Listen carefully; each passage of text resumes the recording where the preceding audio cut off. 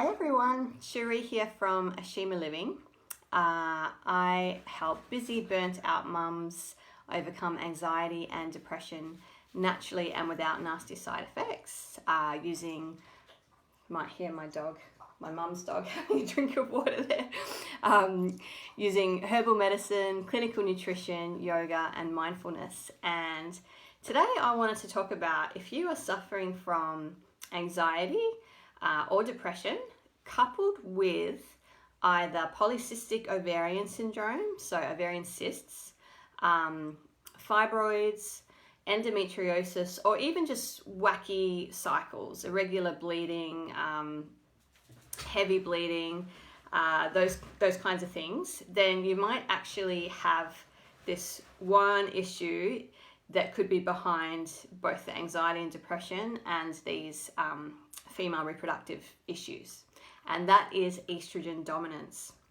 So estrogen dominance is, it's actually really common. 50% of all women over 35 are estrogen dominant, and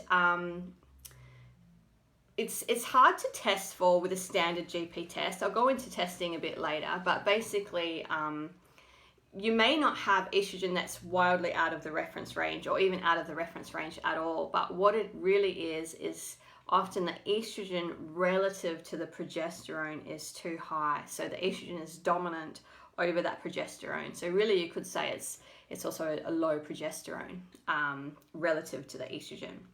And some of the reasons it's so prevalent, a lot of it comes down to our modern day lifestyle. So diet is a big one. If you've got a high carbohydrate diet, high sugar diet, that can upset our insulin levels and that can affect our female reproductive hormones. So diet is a big one. Being overweight, high stress, cortisol imbalance can affect it. Hormone replacement therapy, so not just HRT in postmenopausal women, but if you're a younger woman on the pill, an estrogenic pill, then that could be contributing to this estrogen imbalance as well. And also in our environment, we are exposed to chemicals called xenoestrogens that behave like estrogens in our bodies, and these are prevalent in things like cosmetics, pesticides, detergents, plastic, petroleum products. So very ubiquitous in our modern day lives that we are ingesting, and it is affecting our hormone levels. And poor liver function is another reason. So sometimes what's happening is we're just not clearing the estrogen effectively due to poor liver function. So especially if you have fatty liver disease, this can be an issue, but in general, some women are just not, the liver is a bit sluggish. It's not really detoxifying as best as it could. So some of the signs and symptoms of estrogen dominance, mood swings, the mental health ones, mood swings, irritability, insomnia, brain fog, anxiety, and depression. These are all linked to estrogen dominance or that low progesterone. So if you caught my last live last week when I was talking about PMDD and PMS with anxiety and depression, progesterone actually acts on our GABA receptors in the brain. So GABA is our calming neurotransmitter, and progesterone acts the same way. So if we don't have enough progesterone, then we're going to feel irritable, anxious, uptight, easily stressed, on edge. Rage is another one as well. So they're the mental symptoms. Some of the physical symptoms are water retention. So if you feel like you're always puffy, like your hands, your ankles are puffy, maybe you get a puffy face, or maybe you're always bloated around the belly, but it's like, it's not gas. So that constant water retention can be a sign. Fibrocystic breasts, so when you've got those like hard lumps in the breast tissue. Weight gain around the hips is a common one. As I mentioned before, bleeding changes and any of those reproductive conditions like polycystic ovarian syndrome, endometriosis, fibroids, those kinds of things. Headaches and migraines are a big one as well. Hot flashes And as I mentioned before, that foggy thinking and brain fog. So for testing, I mean, you don't always really need to test for it. If you've got those conditions like the PCOS, fibroids, endometriosis, it's generally safe to say you probably are estrogen dominant.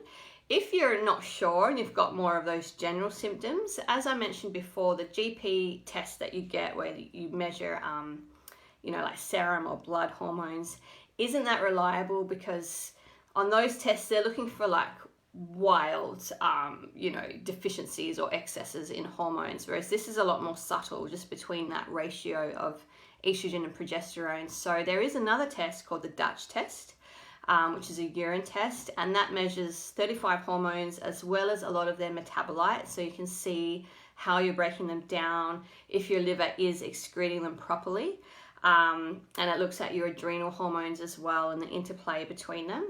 But that test has to be done through a functional lab. So for example, if you see a naturopath or a integrative doctor or a functional medicine practitioner, they usually have access to these more specialized tests. So that's one test. Another test that can be useful is a hair tissue mineral analysis. This is where we look at a hair sample. Well, we don't. A lab looks at a hair sample and can see the mineral makeup of the tissues. And often in estrogen dominance, there is excess copper relative to zinc. And until we chelate that copper out, it's really hard to get adequate zinc levels, which then helps to produce that progesterone. So how do we take a holistic approach to estrogen dominance? As I mentioned in my live last week on PMS and PMDD, herbal medicine works really, really beautifully with female hormonal conditions.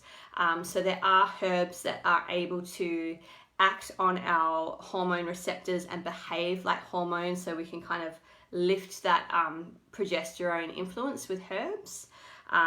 But we also take a holistic approach with herbs and work on the other factors. So for example, if that liver clearance is poor, then there are herbs that can help to stimulate the liver's detoxification capacity. If those blood sugars are imbalanced, we can give herbs that help to stabilize them.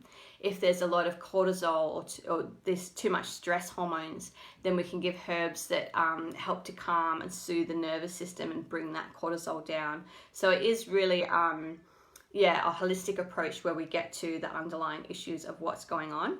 Generally, it takes, with any hormonal issues, we say at least 3 cycles. So it's not an instant fix. A lot of women do see results before that, but you want to stick with the herbs for about 3 months to really get those hormonal balancing effects from the herbs. And then diet is really important as well, because as I mentioned, unstable insulin levels are a big contributor. And this doesn't necessarily mean, diabetes. Our modern day diets are just causing havoc on our insulin all the time. That's why so many of us become diabetic later in life. But there is a point, it does take years to lead up to that point. And during those years, our insulin is not usually in a great place. So that's due to things like refined carbohydrates, white flour products, sugar, not enough protein or healthy fats, or non-starchy vegetables. So you want to have a low GI anti-inflammatory diet, which can really work wonders on your hormones. I've seen it do amazing things with all sorts of hormonal conditions.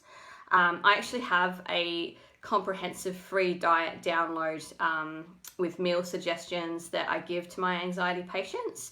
If you check my bio, you'll find a link to that. And if you are suffering from anxiety and depression and you want to take a holistic approach and look at some of the physical drivers behind your condition, things that may be contributing to your symptoms, then I do offer free answers to anxiety assessments via phone or online video. So I think I have linked that with this video, hopefully. Otherwise, I'll put it above or below. And yeah, feel free to book one of those in if you want to have a chat.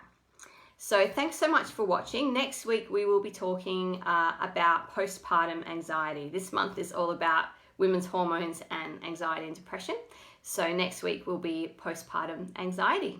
All right, thanks so much. I'll see you next time.